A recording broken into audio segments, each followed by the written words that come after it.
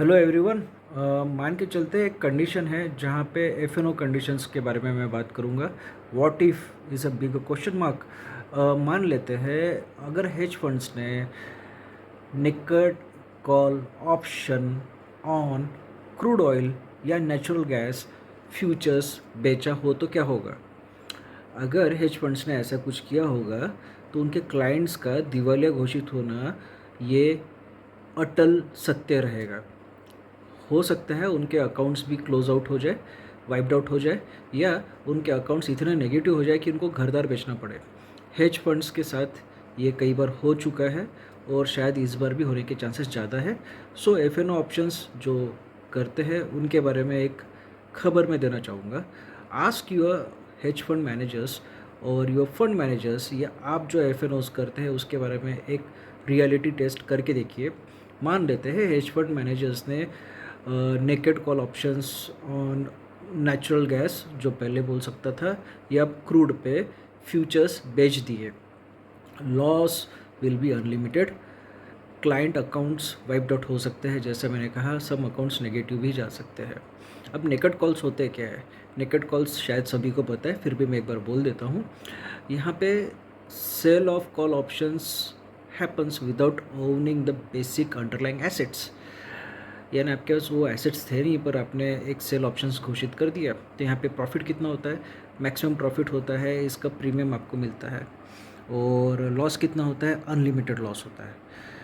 अब ये होता क्या है, यहाँ पे एसेट्स की वोलेटिलिटी बढ़ जाती है, अचानक से रेट्स बढ़ जाना, यहाँ पे मार्जिन कॉल एक्सेलरेट हो जाता है लिक्विडेशंस के लिए।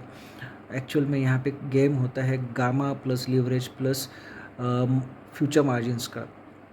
जनरली ये गेम हेज फंड मैनेजर्स कैसे खेलते हैं कि छोटे या शॉर्ट वॉलेटिलिटी स्ट्रैटेजी के साथ करते हैं। यहाँ पे they work in consistently in a very calm market, small study gives a better return. और यहाँ पे कोई बहुत बड़ा रिस्क होता नहीं है मोस्ट ऑफ द केस में, until and unless there is catastrophic blow out of the rates, underline assets के रेट्स बढ़ना। यहाँ पे अगर आपने लीवरेज वाया फ्यूचर लिया होगा तो future amplifies the exposure, intraday margins adjust हो जाती है। और जनरली यहाँ पे जब करेक्शंस आता है तब यहाँ पे कोई मार्जिन्स नहीं होती है ब्रेकआउट ब्रेक इवन की, जिससे आपका पैसा प्रोटेक्शन जोन में रहता नहीं है।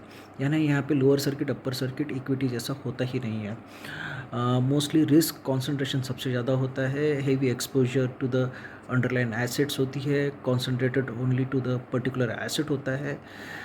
अब ये जो टेल रिस्क होता है एफ में, ये अंडर एस्टिमेट कर दिया जाता है while doing for hedging, because it is done without even hedging.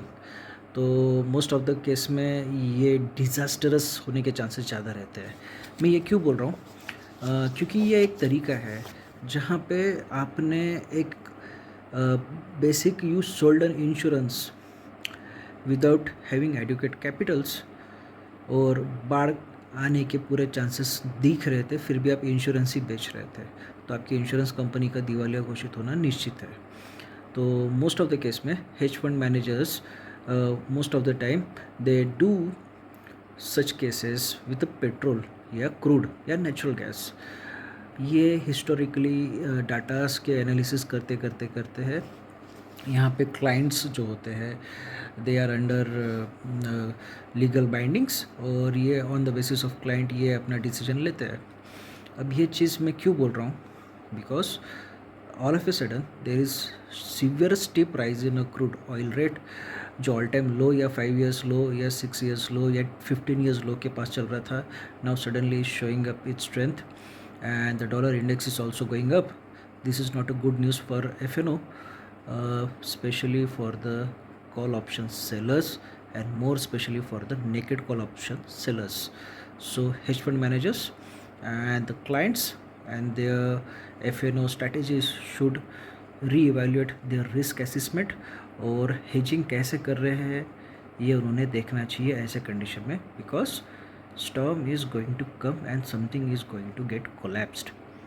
Stay safe, stay invested. मैं तो बोलूँगा FNO करते समय बहुत कुछ सोच समझ के करिए, वरना ना ही करिए। Rest it's up to you, it's just an educational post.